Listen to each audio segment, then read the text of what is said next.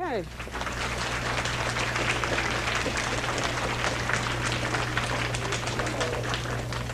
As I said, I thought that it would be important for you all to see what I saw that day when I went into school. It was probably totally different from what you all see today when you come to school. And I'll try and explain why. Back in 1960, schools were separate, meaning black kids and white kids had to attend school separately. It was the law.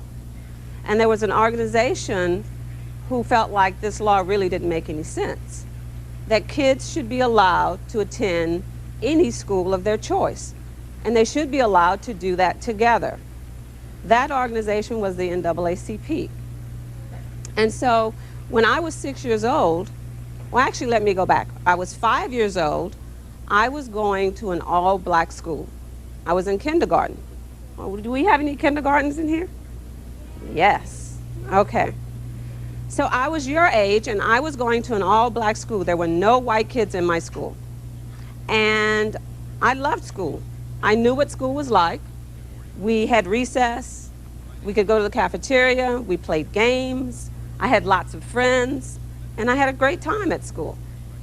But then one day my mom said to me, "Ruby, you're going to go to a new school."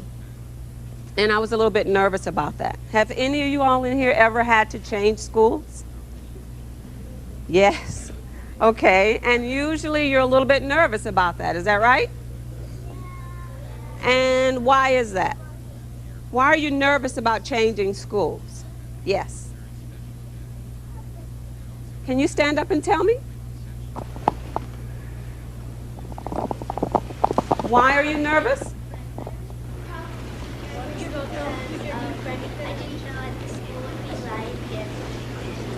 How the people would act around you. Different. Okay.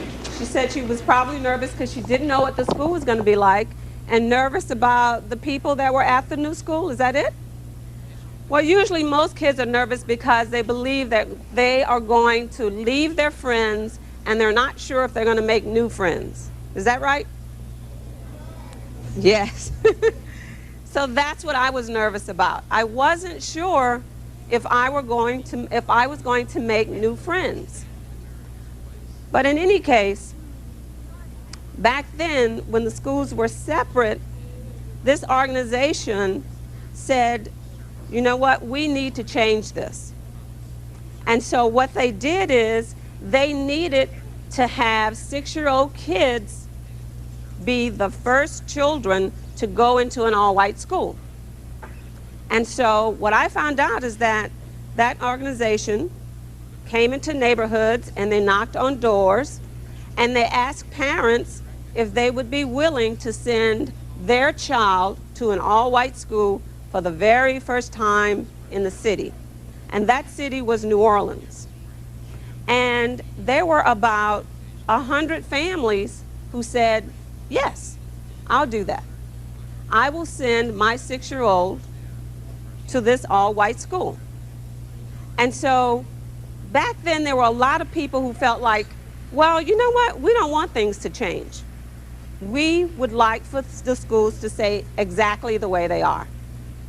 And so that meant there were people who felt like this should change. Kids should be together just the way you guys are together today. But there were also a group of people who felt like, no, we don't think we want this to happen. So that meant that the NAACP had to get a court order, because one of the people who were against this changing was the governor. There were lots of people, and people in very, very high places. But the governor of Louisiana said, you know what, I would like for my schools to remain the same. And if we change them, if we try to change them, I will close the schools here in New Orleans. So that meant that this organization had to go to the president and say, we need a court order because we want this to change. And the governor may try to stop it. And so the president agreed. And he gave the court order. And they came back to Louisiana. And Then they had to take those 100 kids who all agreed to be the first children to integrate the school, and the school board said, we have to test those children first. And so I remember at 6 years old going to the school board office and taking this test. So there I was sitting in a room with about 100 other kids, and we were taking a test. But you know, back then, that group of people who felt like we would like for our schools to remain the same, some of those people were actually on the school board. Because also in 1960, teachers had to teach in separate schools. If you were white, you had to teach in a white school, and if you were black, you had to teach in a black school. So I had never seen a white teacher before. And so the school board also, there were some people on the school board who felt like, let's leave things the way they are. So what they did, and this is what I was told, they set up the test so that these 100 kids would fail it. They made the test very, very hard. And you know what? Also back then, it's a known fact that when African Americans tried to register the vote, the test was always set up so that they could fail it. So they made it very, very hard for African Americans to vote. And so this was the same thing the school board did. They set up this test so that kids would fail it. And out of about 100 kids, only 6 kids passed this test. And I happened to be one. So there were actually going to be 2 schools that were integrated. And they both were in the most racist part of New Orleans. Keep in mind that there were a group of people who did not want this to happen. And so that's why all of this was sort of set up. But then those 6 people, 6 little kids that passed that test, they were divided up. And 3 kids were supposed to go to one school and 3 kids to another. The school that I integrated was called William Frantz Elementary. And that was the school that you just saw on the video. The other school was McDonald 19 in New Orleans. And so 3 girls went to one school, McDonald 19, and the other 3 kids were supposed to go to the school that I went to. But you know what happened? By the time the first day came, the 2 kids that were supposed to go to school with me decided not to go. Their parents said, well, you know what, I don't think we should do this. And so those 2 kids stayed home. So it was too late to go back and retest more kids. So that meant I was left to go alone. So that day that you saw on screen was my first day. And what I remember about that first day is getting dressed, and my mom said, Ruby, there might be a lot of people outside of this new school, but don't be afraid, because I'm going to be with you. And I said, okay. But then there was a knock at the door, and my mom opened the door, and there were 4 very large white men at the door. And they had yellow bands on their arms. And those bands said, U.S. Marshal. And I remember thinking, I wonder what that means. And so they were there to take us to school. So I remember getting into the car with these men, with my mom, and we were on our way to school. And then I heard the conversation that was going on in the car. I was sort of sitting in the back seat, and the federal marshals were sitting next to us, and they started to talk to my mom about how we should get out of the car once we got in front of the school. Do any of you all in here know what federal marshals are? Anybody? Yes.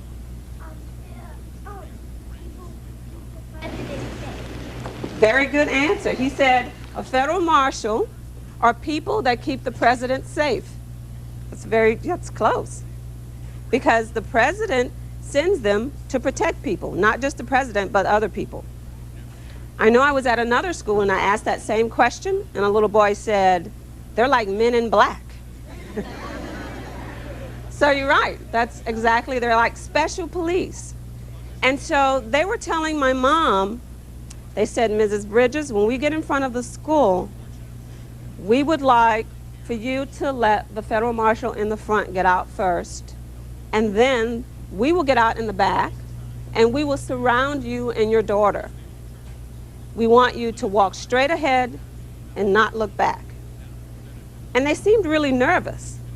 And so when we got in front of the school, I saw huge crowds of people standing in front of the school. And so I thought to myself, I wonder why all of these people are out here. And you know, in New Orleans, we have Mardi Gras. I don't know if any of you all know what Mardi Gras is. Anybody know what Mardi Gras is? That there's a lot of people. Mardi Gras has a lot of people. That's true. Anybody else know? Yes? Okay, I'll tell you. Mardi Gras is like, yes? You said you catch candy. Mardi Gras is like a huge parade and the whole city takes part. Actually, the city is totally closed down and all of the people go out into the street and they party and have a good time. And there are usually these huge floats that pass and they throw things like little beads and stuff. And so we all go out for Mardi Gras. And so when I drove up in front of my school, I saw the same thing. I saw lots of people and they were waving their hands and shouting. And so I thought to myself, we're in a parade. It must be Mardi Gras, because you have to keep in mind that no one really told me what was going on. My mom only said, "Ruby, you're going to go to a new school." And so when you're 6 years old and nobody really explains anything to you, you try and figure it out yourself. And so I thought, I'm in a parade. It must be Mardi Gras.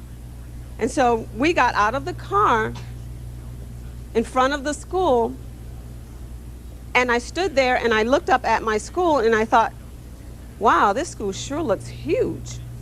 It's a lot bigger than the school that I had gone to before. And you know, even though schools were separate back then, they always said to us, the schools are separate, but the schools are equal. They're all the same. But you know what? That wasn't true. Because when I got out of the car and I looked up at the school, I thought, well, my mom did say that this was school, but it seems different. There are lots of police out here. There's lots of people. I had to be escorted to school by these big men. I must be going to college. This must be college, because it was so different from the school that I had gone to before. And so there I was, very happy, because my mom was with me and I was going to college. And so we got into the school building, and once we got into the school building, the federal marshals took us straight to the principal's office. And we went to the principal's office and sat behind some glass windows. And I remember the federal marshals standing there, and they never moved. They stood there by the windows, and my mom and I sat in the principal's office. And it seemed like it took forever. It was all day we sat there. But as we sat there waiting for me to go to class, all of these parents started coming, passing the window. And they seemed very, very upset. They were pointing and shouting, and I didn't know what was going on. But I remember seeing them pass the window, and they had their kids with them. And I kept wondering to myself, I wonder what's the matter? Maybe this is the way a school, big school operates. But then later on, I found out, you know, even though everybody in the city knew that the schools were going to be integrated, it was a secret. No one told them what schools were going to be integrated. And so what happened was, all of those parents came to their child's school that day, they took their children to class, and then they came back outside and they waited and waited. And then when I drove up, they knew that it was their child's school. And so after I got inside, sitting there in the principal's office, all of those parents rushed into the school, went into class, packed their kids up, and took them home. And so when they passed the window, they were leaving.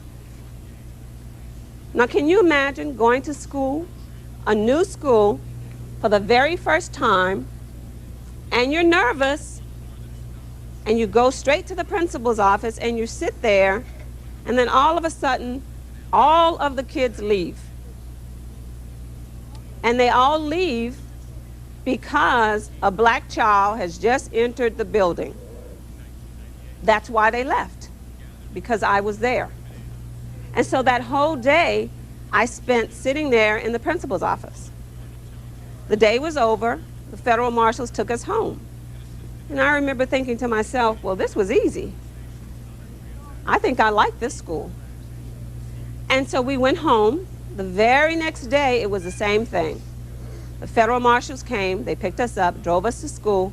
But this time, when we got in front of the school, the crowds were much, much larger. And they seemed very, very angry. And my mother was very nervous. She squeezed my hand and she said, Ruby, don't turn around. Just walk straight ahead. And so I did. And we got into the class, we got into the building, and the principal said, your class is down the hall. And so I remember when we got into the building, it was different. It was very, very quiet, because I remember hearing the footsteps as we walked up the stairs and down the hall. And it seemed like nobody was there. So when I got to my classroom, I remember looking into the classroom, and all I saw was these empty desks. And I thought, we're too early. My mom brought me to school too early. But the teacher was standing there, and she asked me to come in and take a seat. And then I remember looking at her and thinking, she's white. Remember, because I had not seen a white teacher before. And I was a little bit nervous about that, because she looked exactly like the crowd outside of the school. So every day when I passed the crowd, she looked exactly like them. But when she asked me to come in and take a seat, she started to teach me. And you know what? After a while, I learned that she was different. She was totally, totally different from the crowd outside of the school. She was so nice. She did everything with me. We did music, we did art, she read stories to me, we played games, and she taught me. And you know what? Her and I became best friends. She was like another mother to me. And so then I started to realize, you know what? She's not like that crowd outside of the school. Even though she's white and she looks exactly like the crowd outside of the school, she's different. And so at 6 years old, I learned the lesson that Martin Luther King tried to teach all of us. And that is, you should never, never judge a person by the color of their skin. I knew that I could not judge my teacher the same way I could judge the mob outside of the school. And I learned that lesson at 6 years old. But you know what?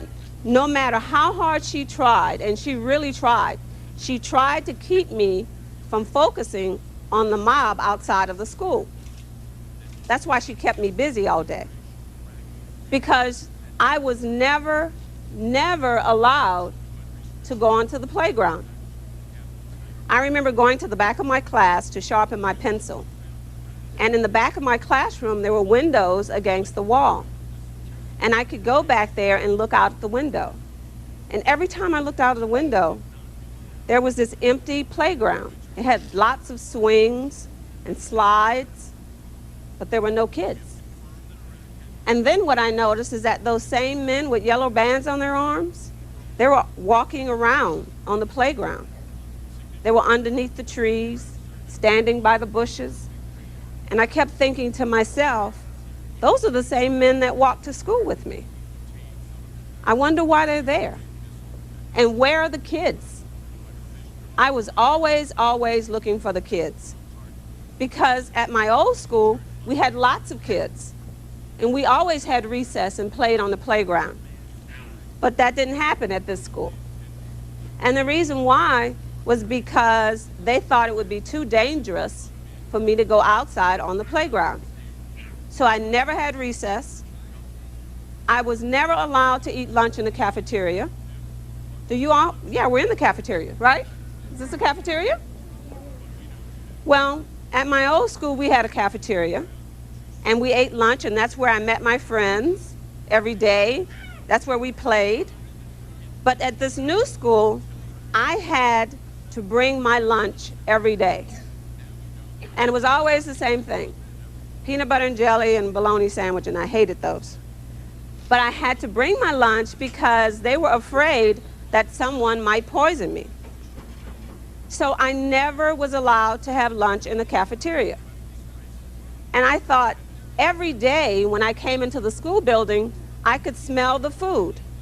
I could smell the food cooking. When you come to school in the morning, don't you smell food sometimes? And that's what I was doing. So I thought, well, they must be cooking for somebody. So that's where the kids are. The kids are in the cafeteria. So I thought, well, I know what I'm going to do. I'm going to take my lunch and throw it away.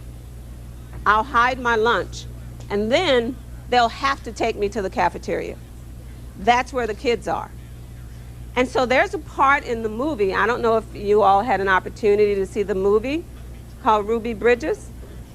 Well, there's a part in the movie where it shows that I'm throwing my food away. And the grown-ups are thinking that I'm throwing my food away because I hear this woman outside of the school every day talking about poisoning me. But you know what? That wasn't it. I threw my food away because I knew that if I threw my sandwiches away, that they were going to take me to the cafeteria. And then I would see the kids. That's where I would meet my friends. But they never took me. So I was never allowed to have lunch in the cafeteria, never had recess, could never go onto the playground. You know, I never saw the rest of my school building. It was a huge school with 3 floors, but I never saw it that whole year because I would go up the stairs into my classroom and down the stairs in the afternoon. And all of that happened because I was black. And so for the whole year, I was looking for the kids. No one ever told me where they were, and I was constantly looking for the kids. I thought they were hiding from me. And I didn't understand what was going on, and so for a very, very long time, I felt like I was being punished for something that I didn't do. All of that happened because people did not want black kids and white kids to go to school together. So you know what? That whole year, I stayed in that classroom alone, just myself and my teacher. And you know, there were none of those teachers in that school wanted to teach me. Can you imagine that? There were teachers who quit their jobs because they refused to teach a black child. And the teachers that remained in school said, we will remain in school, but we will not teach her. And so this one teacher came from Boston to teach me because no other teacher would teach me. And so her and I became best friends. And when I spoke to her, she said, you know what, Ruby? It was always just you and I. I never had any friends because none of the teachers wanted to have anything to do with me because they felt like I was doing something that they did not want to happen. They did not want me to teach a black child. And so it was just Mrs. Henry and myself all the time. I thought, this doesn't make any sense. But you know, there were some families who felt like this is okay. There's nothing wrong with my child going to school with a black child. But you have to keep in mind that those families had to cross that same picket line that I did. That same mob they had to get past. And they were not protected by federal marshals. And so it was very, very hard for them. There was one family in particular who had a daughter, and they tried to bring their daughter to school.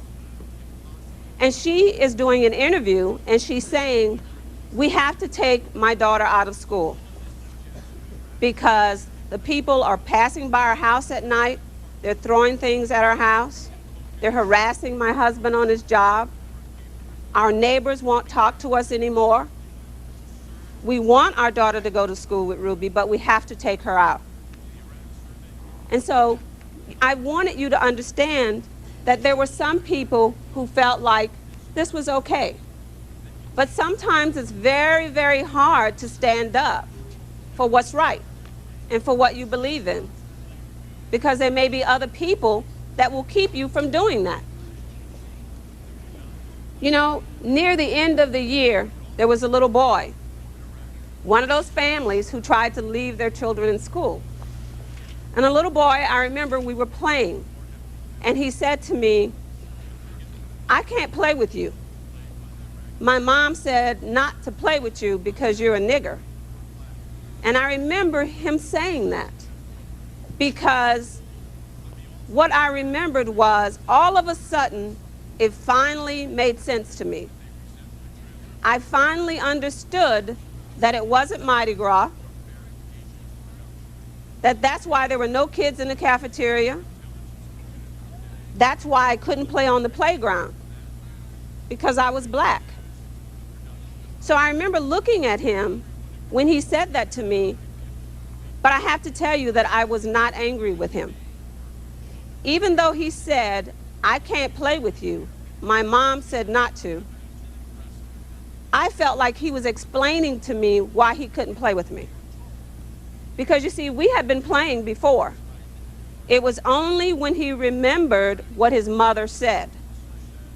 And to be honest with you, if my mother had said not to play with him because he's white, because he's Hispanic, he's Asian, I wouldn't have played with him.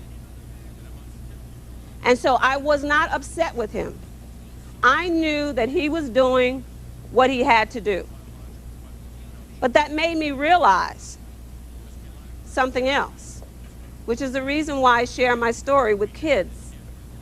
It made me realize that I don't think it's really important to kids what their friends look like. Am I wrong? Is it really important to you what your friends look like? No. That's the way I felt. All I wanted was some friends, somebody to eat lunch with, somebody to play with, to have recess with. It didn't matter to me what they looked like. And I don't think it mattered to that little boy, because we had been playing, but he remembered what his mother said. And you know, I think today we are still talking about the same thing. Here we are, 40 years later, and we're still talking about the same thing. We're still talking about race, about people being prejudiced, about not liking somebody because they look different. So you know what that tells me? None of us are born knowing anything about hate. None of you all are born saying to yourself, I'm not going to play with this little boy because he's different. I'm not going to like him. I'm not going to be friends with him because he's different. Nobody's born thinking that way. So that tells me that somebody is passing it on and teaching it to children. And you know what? I believe that those somebodies are adults. I think adults are passing it on to kids. And then as you grow up, you start to think that you are better than the next person because of the color of your skin, maybe because of where you live, maybe because of your religion, but for some reason, you start to believe that you are better than your friends. And then you know what happens? You grow up to be exactly like those people standing outside of that school. Because racism and prejudice is actually a form of hate. You start to dislike people and hate people for no reason at all. No really good reason. So then all of a sudden, years and years later, we're still dealing with the same issue. Now we all see all of the hate crimes on the news, all of those awful things that happen. I think that is because somebody has passed it on to kids. And so I started thinking to myself, I should talk to kids because I want kids to know what it felt like for me when I went into that school and I didn't have any friends. I wasn't able to do anything that young kids do when they're in first grade, all because of the color of my skin. And I want you to be aware that you are not born that way, and that some adult that you come in contact with, some older person, is passing this on to you. You should be aware of that. Because I think that if you're aware of it, then you can actually change your world. You know, it's very hard for us as adults to get past our racial differences because it is a struggle. It's a fight for us. But you know what? I think that we have to continue to struggle and continue to fight because we have to make change. Back then in 1960, that was a struggle and that was a fight. But we made change, and that allowed all of us to be here today in the same school. Don't you think that's a good thing? And so we need to continue to fight, continue to struggle, but as adults, I say, in the midst of the fight, in the midst of the struggle, let's agree that it is not our kids' fight. It's not your fight, it's not your struggle. And then if you all agree that you are not going to allow any adult to pass it on to you, I think you can change your world.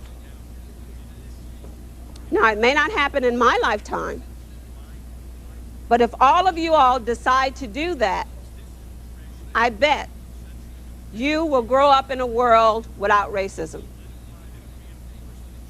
And you know what? I'm going to tell you why it's so very, very important. A lot of times people think that racism is just about black and white. And that's not true. It's much, much more than that. And the reason why I think it's so important, I'll tell you a very, very personal story for me. I grew up in the housing project. And you know, when you grow up in the housing project, you know everybody there. You know things that happen. And 9 times out of 10, you know who does what, because that's your neighborhood. That's where you were raised. That's where you grow up. You might not say anything about it, but you know. And so about 6 years ago, I lost my younger brother. He was actually about 29 years old. And he was murdered in the same housing project where I grew up. And we didn't know who did it. He was actually shot. And I remember going with my mom to identify him. And the detective came over to us and he said, nobody saw anything. Nobody heard anything. Nobody's talking to us. So we don't know who did it. If you want to find out who did it, you need to come back here and you need to talk to these people yourself. And so that's what we did. We went back to the housing project and we started to talk to people, and eventually we found out who did it. But we couldn't prove it. And we all know you have to be able to prove it. But you know what we found out?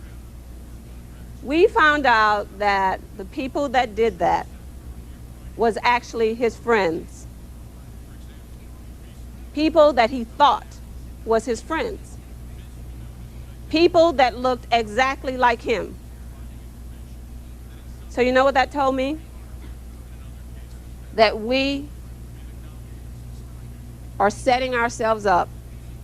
If we think that we can only trust and only be friends with somebody that looks like us. So when you think that you need to only trust a person that looks exactly like you, then you are setting yourself up for failure. Because you never know who will be there for you. You will never know, maybe coming home from school, coming home from a party, wherever. You never know who will be there to help you, and you will never know who will be there to do you harm. So maybe you are being raised to think that you should only trust people that look like you. If you do that, you are wrong. All of us as parents are very concerned about people coming into our schools today and harming our children. I think if you ask any adult, they will tell you that. That never happened when we grew up. We didn't have that to worry about. But today, as adults and as parents, we have that to worry about. But I want to remind you of something. Those people that come into the schools, from what we've seen, some of them look exactly like you. So if you think, again, that you should only trust somebody that looks like you, then you are wrong.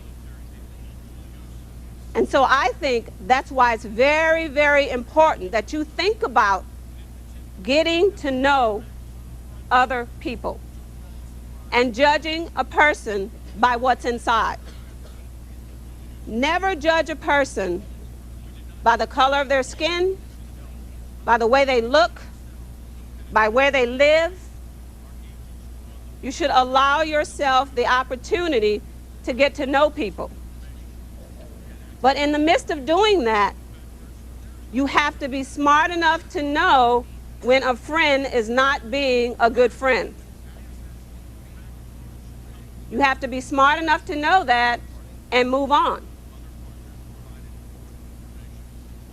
But you know, I am so fortunate that I learned that lesson at 6 years old, because it has allowed me an opportunity to get to know people from all walks of life. It doesn't matter what color they are. I have all sorts of friends. And to be honest with you, it's kind of scary to do that, because you're also taking a chance of people hurting you. They may hurt your feelings. But you know, that has happened to me as well. But I have far more good people in my life than those people that have done me harm, because I have allowed myself the opportunity to get to know a person and to judge them by what's inside. And so that's why I believe that my story is so important, because it is not just about a little girl going to school and integrating a school. It is about allowing yourself the opportunity to get to know people. And that's what I did. And if it had not been for my teacher, I don't think I would have learned this lesson. But today, it is so important to pass it on to you guys so that you think about it and that you say to yourself, I am not going to be one of those kids that keep this going. You know, I'll tell you another story. I have a 7-year-old, a little boy, and he came to me one day and he said, Mom, I want to go to a summer camp. And it's not the summer camp at my school. And I said, well, where is it? He said, it's at a different school. And I said, well, where did you hear about it? He said, I saw it on the news. And I said, okay. He said, and that's where I want to go because they have all sorts of neat stuff they do there. And I said, well, you don't know anybody there. He said, so I'll get to know them. And I was a little bit nervous about that because it was way on the other side of town. We didn't know anybody there. I didn't think he was going to have any friends, but he really wanted to go. And so I enrolled him and I took him. And so the first day, when it was time for me to pick him up, I went to get him, and he's coming to the car, and he doesn't look very happy. And so he gets into the car, and I said, well, what's the matter? He said, I didn't have a good day. And I said, well, why not? He said, because I didn't make any friends. And I said, well, did you try? He said, yes, Mom, I tried. And I said, well, what happened? He said, every time I would go over to a group to ask them to play, they would say no, they had enough players. And I said, well, honey, don't worry about it. You know, today is just the first day. Maybe you'll make friends tomorrow. And he kind of dropped his head and he started to cry. And so I was very, very unhappy about that. So I called the school and I said, you know, there's a couple of things I want to talk to you about. One is that Malcolm, and that's my son's name, Malcolm is taking swimming lessons. He doesn't really know how to swim. And she said, well, you know, we have a lot of water sports here. And I said, I realize that. That's why I'm sharing this with you. She said, well, you think that might be a problem? And I said, yes, because he thinks he knows how to swim. And she said, okay, well, we'll keep an eye out for him. I said, secondly, he came home today and he said that he didn't have a good time. He was very upset. He said he didn't make any friends. And she said, yes. I said, you think that maybe you could speak to some of the counselors and ask them to take him over and introduce him to some of the other kids? She said, sure, we can do that. We want him to enjoy it. So the second day I drop him off and it's time for me to go and pick him up. And I go to the school and he's coming to the car and he's with 4 other older guys. And he's smiling and, you know, he's running, having a good time, and he gets to the car and he waves and they say, okay, Malcolm, you know, we'll see you tomorrow. And he gets in the car and I said, well, you look like you had a good day. He said, I did. And I said, well, what happened? He said, Mom, you were right. I made friends. I said, you did? He said, yes. And I said, how did you do that? He said, I made 5 friends. And I said, wow. So tell me, what happened? He said, I jumped in to swim and I was drowning and 5 friends jumped in to save me. And I looked at him and I thought to myself, I was right. That is what's important to kids. In the midst of drowning, it didn't matter. What mattered to him is that he had 5 friends. And I believe that that's what's important to all kids. Because, you know, believe it or not, that's what's important to us as adults. We might not say it to you, but what's important to us is having good friends and good people in our lives. And I think that's important to kids. And that is why it is so important that you allow yourself the opportunity to get to know one another and to judge each other by what's inside, not the color of your skin. Thank you.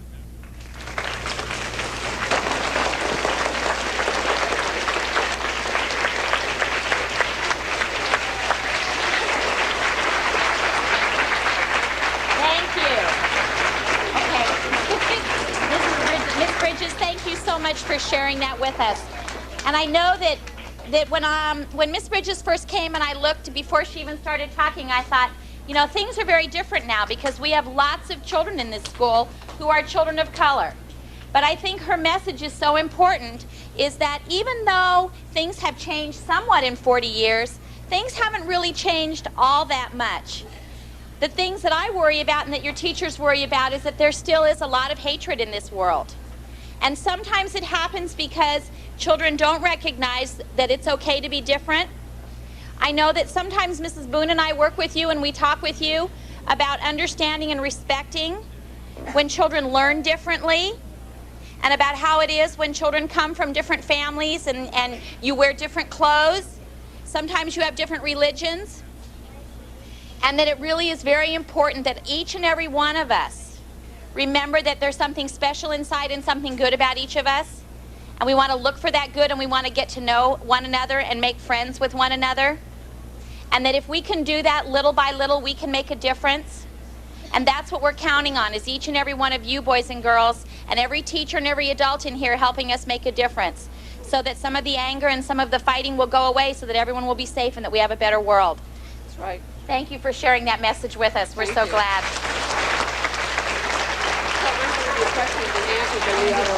Right, and I'm going to give them a little bit of direction.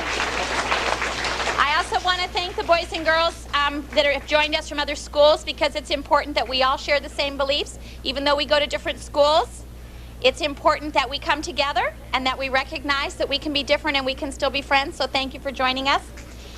And let me give you a little bit of information about what we're going to do at this point. I want everyone, because we have so many people in here, I want you to all stay seated until we dismiss classes one at a time. So if everybody will just stay seated. And then boys and girls and teachers, you know that there's another schedule for when you will get to ask questions in our smaller groups of Miss Bridges. Okay, thank you for being a great audience, and let's stay seated for just 1 second. Let me go ahead. We're going to start with our littlest ones first, because they've been such a good audience and it's been hard for them to sit. How about Miss Wolf, if you will take your class out first? What we do now is just sort of have a discussion.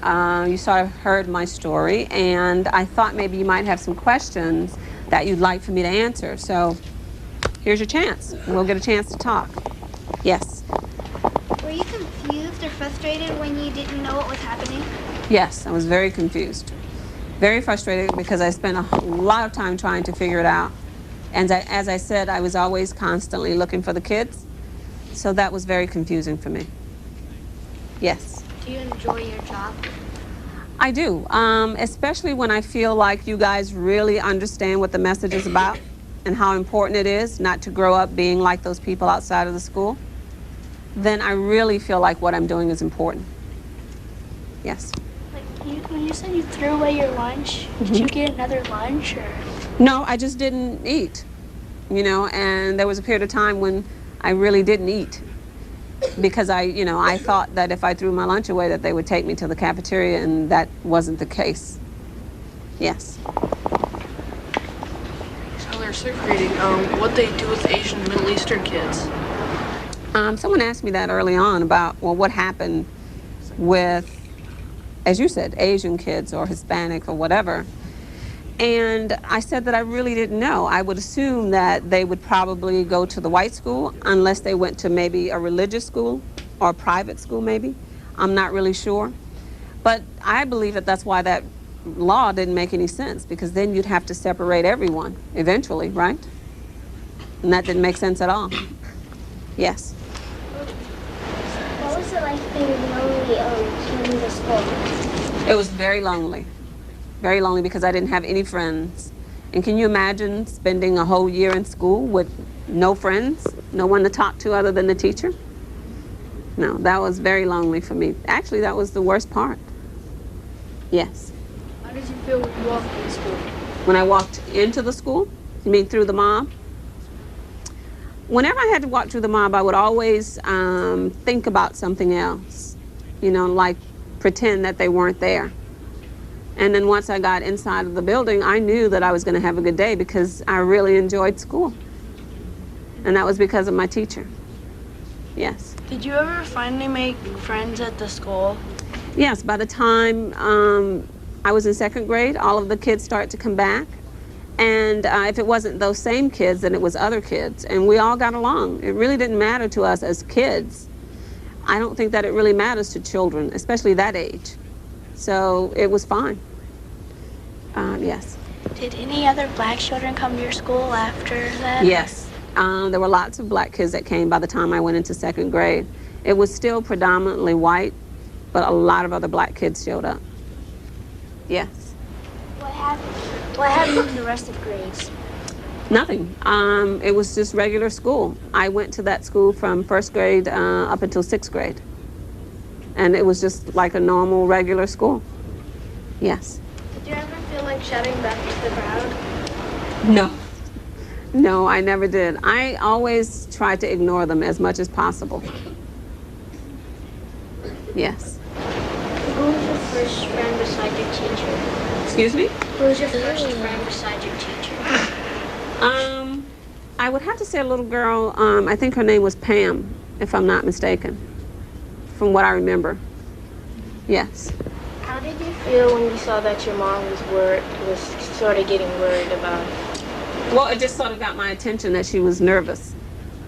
And again, I really didn't know why, but I just noticed that she seemed a little bit nervous. Yes, all the way in the back.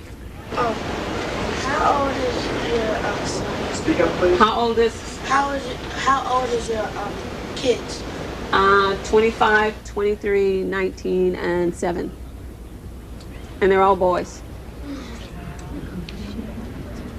Yes. What school did you go to when you got into 7th grade? Into 7th grade, I went to a junior high school that was about a block away from France school. And it was actually worse by the time I got into junior high school, because then kids are older and they're a lot more meaner. And as I said, I believe by then, by the time they get into junior high and high school, they sort of have formed their own opinions. And that's why it's so important for you guys to think about this now. Okay? Yes. When your mom, when you were looking at her, did you feel like if you're gonna get hurt or anything when you got in there? No, I never really thought that I was going to get hurt. That never entered my mind. You know, my main focus was the fact that I didn't have friends, that I was lonely, but I never really thought that I was going to be hurt. No. Yes. You. The glasses. What grade did you first start going to recess? Second grade. Yes. Did the mom follow you into middle school? No. By the time I got into, actually, as time went on, the crowds got smaller and smaller that year when I was in first grade. And by the time I went into second grade, there were no more mobs outside of the school. Yes. Did your brother and your sister go to the same school as you? Yes. I'm the oldest of 8, and so all of my brothers and sisters went to the same school that I went to. Yes. Like, how did you feel about being the only black person in the school? Well, when I was the only black person in the school, I was the only child in the school. Because by the time I got into second grade, there were other black kids in the school, along with white kids. So the only thing that I remember is feeling lonely, not having any friends. And it didn't matter to me what color they were, I just wanted some friends. Yes. Did you ever hear kids play on the playground while you were in your classroom? Did I ever, I'm sorry. Did you ever hear kids play on the playground while you were in the classroom? No, there were never really kids on the playground. One thing I did notice is that whenever I went into my classroom, we had a coat closet, and whenever I would go into the closet to hang up my coat, I would hear kids. And for a while, I thought, well, maybe I'm just hearing this. But that wasn't the case either. And what was happening is that those few kids that tried to come back to school, They would never end up staying the whole time, but that's where they were. And I could hear them in the next classroom, but I never heard them on the playground. Yes, right here. Did you want to go to recess sometimes and play on the swings? Oh, of course. All kids want to do that. They want to have recess, they want to go to lunch, all of that. I did, but I wasn't allowed to do that. Yes. Well, you know that white boy that said he couldn't play with you because you were black? Did you say anything back to him, or did you just keep quiet? No. I didn't say anything back to him. I wasn't upset with him because he made everything make sense to me. You know, because it was like I had been confused all those months, trying to figure it out on my own. But when he said it, he made everything make sense to me. Yes. When you say when you were like the only student in school, how long was that? That lasted the whole year. It was just every now and then there were a few kids, families that tried to send their child to school, but they would never end up staying the whole time. And as I said, I think it was because of the mob outside of the school, that there were other people that were trying to keep them from sending their kids. But that lasted the whole year. Yes. You scared going to a new school? I was nervous about going to a new school because I had had friends and it was like a regular school. You know, it was all black and I didn't think anything was wrong with that. And it was the kids from my neighborhood, and so I was really nervous about changing schools. It had nothing to do with the fact that it was a white school because I didn't know that at the time. Yes. Did your mom take you out from the white school? Excuse me? Did your mom take you out from the white school? Did my mom take me out of the white school? No. No, I continued to go there through 6th grade. She took me out of a black school in kindergarten to send me to this school. Because actually this school was closer to my house. You know, I had to walk past this school to go to Johnson Lockett School, which was the all-black school. It was further away from my house. Yes. Did you ever tell your mom that you wanted to go back to school? No. I never told her that. And I don't know if I ever really felt that I wanted to go back. I missed not having friends, but I still loved going to school and being there with Mrs. Henry. Let's see. Yes. Were there moms around the playground? I'm sorry? Were there moms around the playground? They were usually in the front of the school, but you could very easily see the playground. So I'm thinking that if I had gone out there, they would have seen me and then eventually, you know, come around there. So that's why they didn't want me out. Yes. When you went into 2nd grade, did you make any friends?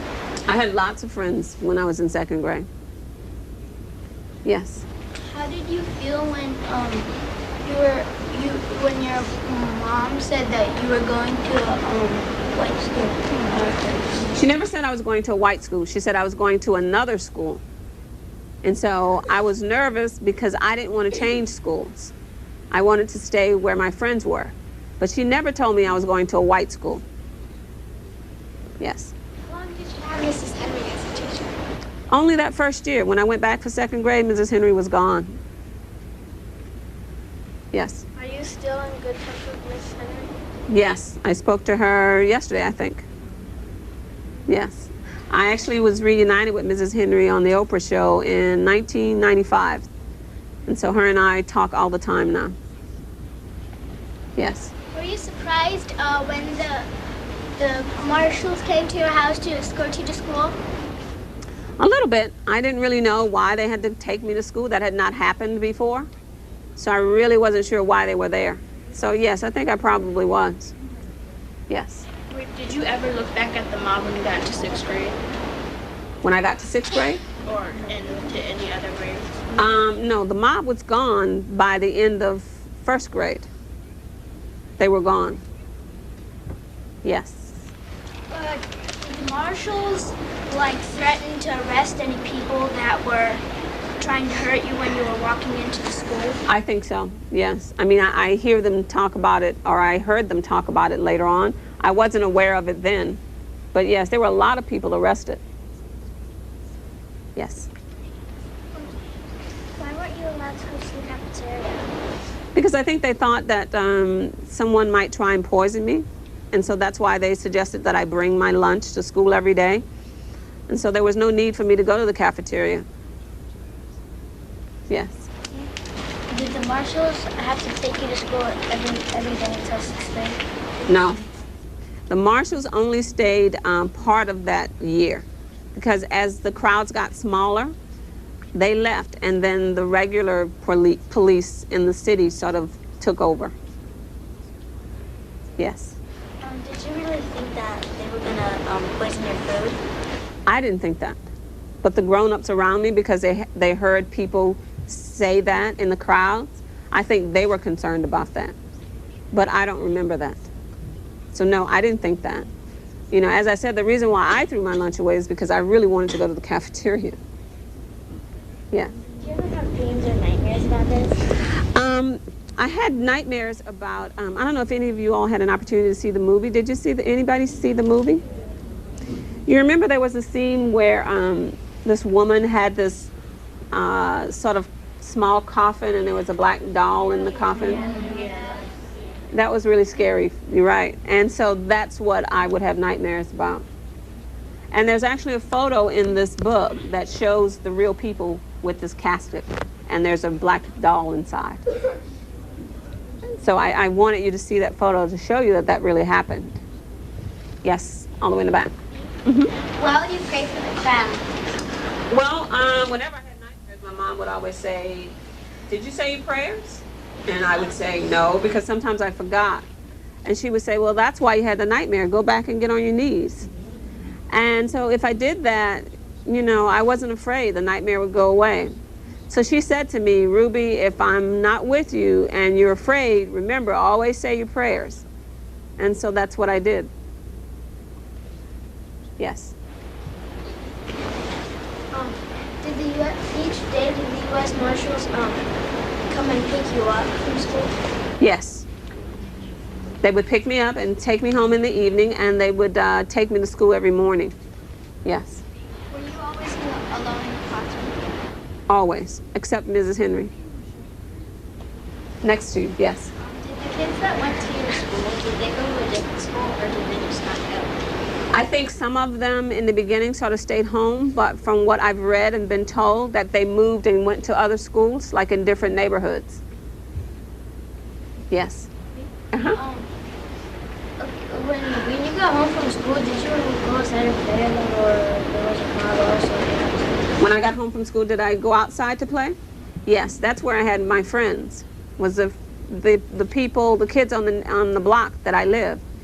So that's when I played with other kids every afternoon. Yes. Were you very scared when people tried to hurt you? What was I afraid? Was I afraid of the mob? Yeah. I don't think so. I don't really remember being afraid of them. Maybe I was. What I did a lot was sort of think about other things, kind of block them out. And once I got past them and into the classroom, I was fine. Yes. Did you ever get homework? Lots of homework. I had lots of homework, and I had to do it because I was the only student in the class. Yes. Did you ever eat in the cafeteria with your lunchbox, or did you eat in the classroom? I would eat in the classroom, not in the cafeteria. And when you asked about homework, you know, I also had tests. I was also tested all the time. It was like a regular classroom. Yes. You. Okay. After first grade, did you ever eat in the cafeteria? Yes. By the time I went into second grade, it was normal. It was like that year never happened. I went to the cafeteria, had recess, the kids were back, It was like it never happened. Yes.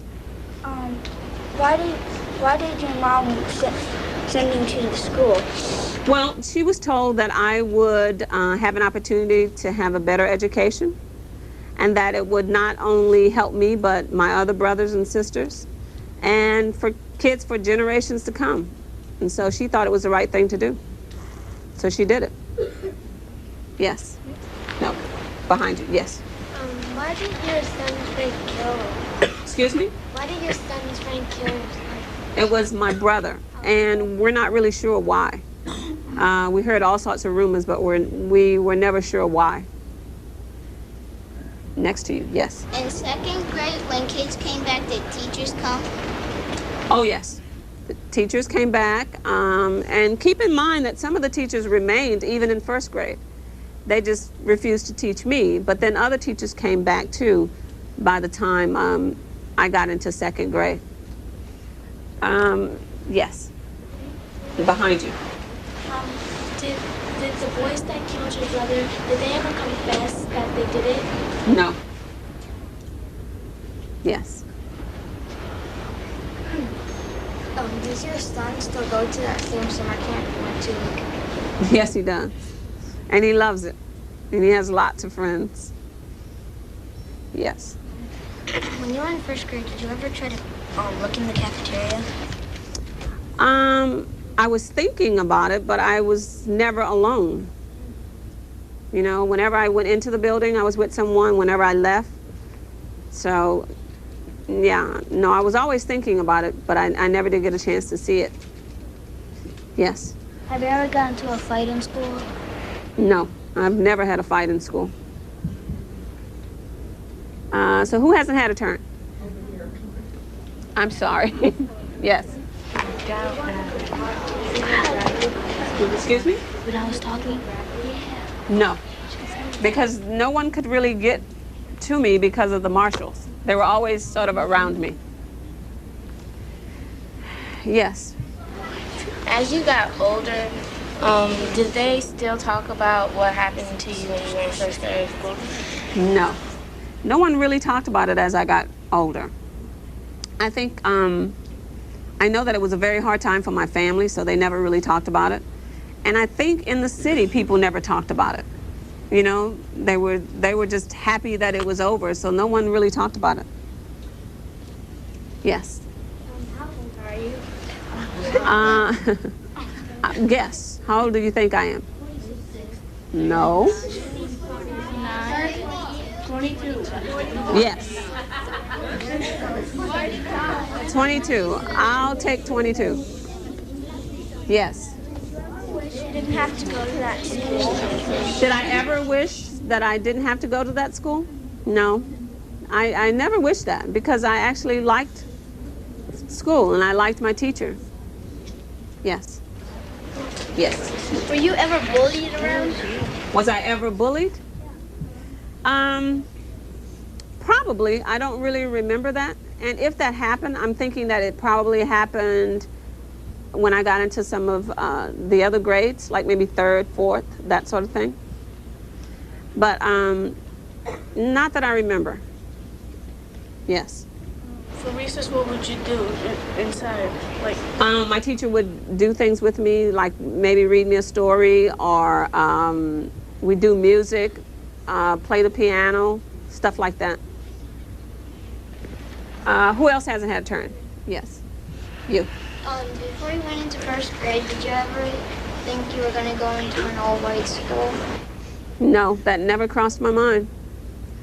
And it's because I don't think that kids really think about that, especially 6- and 7-year-old kids. You know? So no, that never crossed my mind. Yes. Did anyone say something, like when you're in first grade, did anybody say something mean to you that upset you? Did anybody say anything mean to me that upset me when I was in first grade? Probably, but I really didn't come in contact with too many people in first grade. I mean, the mean things I think I heard was more the mob outside. Yes, behind, all the way in the back. In a book right there, like this. Right. Did that really look like you when you was little?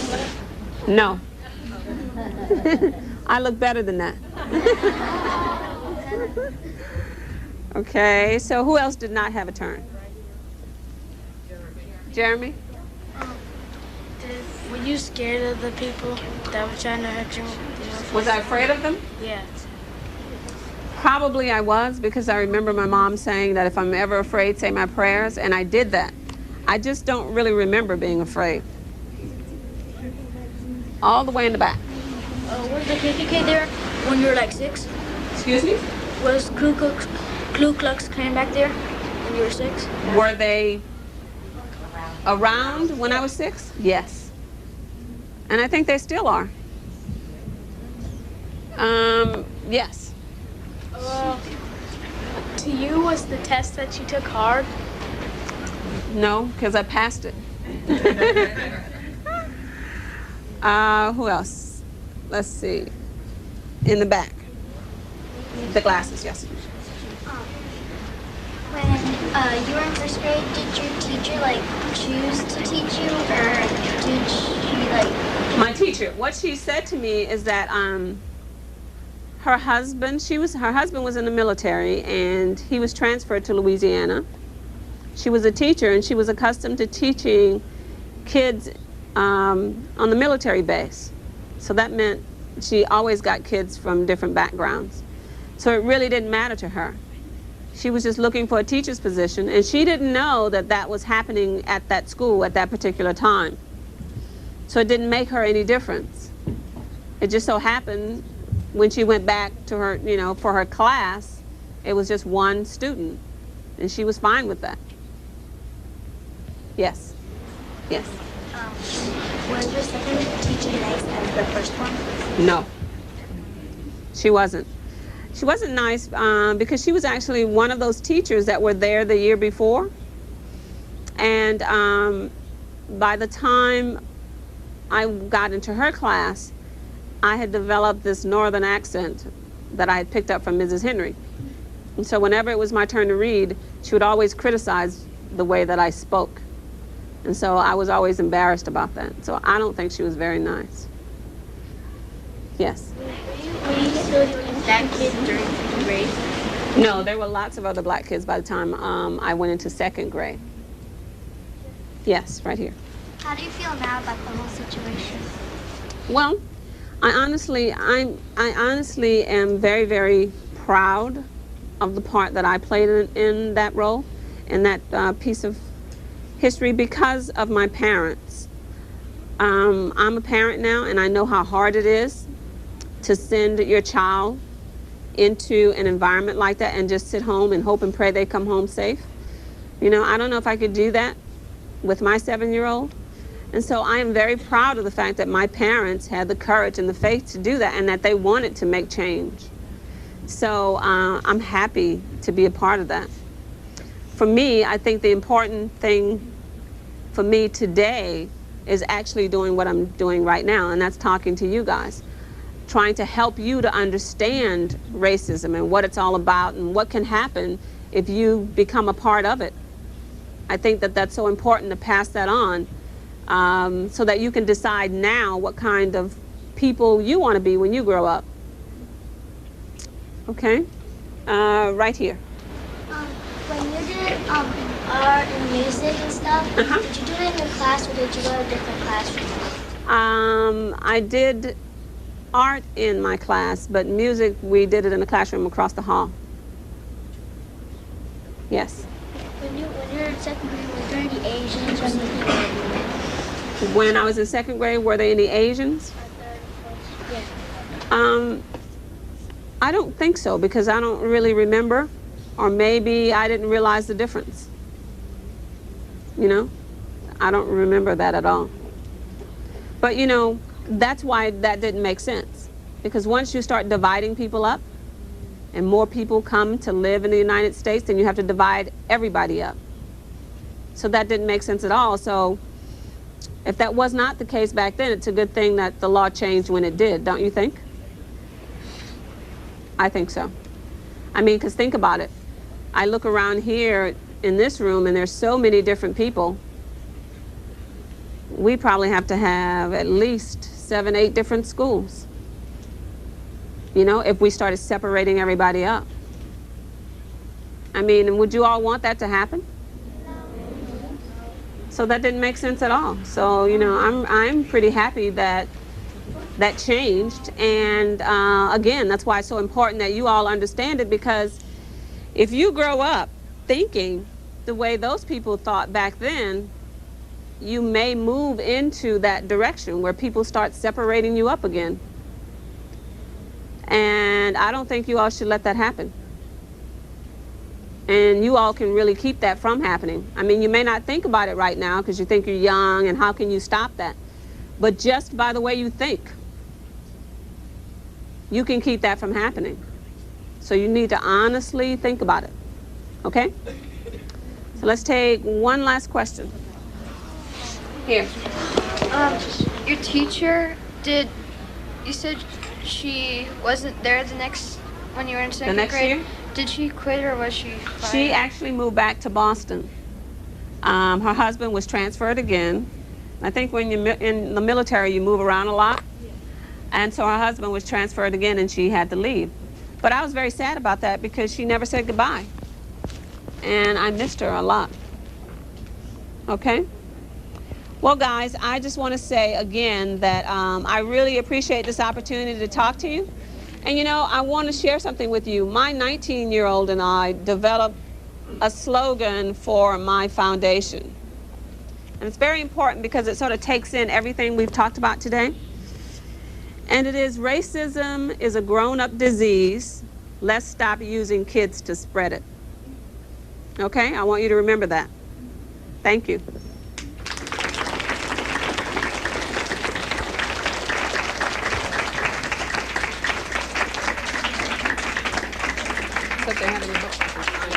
Boys and girls, can I ask you to do one thing for us?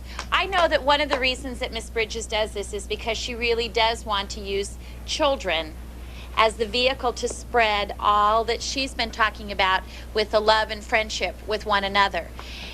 The message that she's been saying, can someone tell us back today what you've learned? Can someone kind of summarize what the really important thing and why we all came together today? Summarize it in your own words. Okay, let's try right here. We shouldn't judge other people by their color, race. Okay. All right, is there something else we've learned? Yes. It doesn't matter like what color we are. Like we're all equal. Okay. Yes.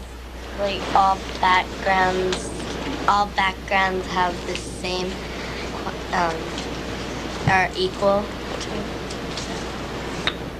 Another thought about that, Sade?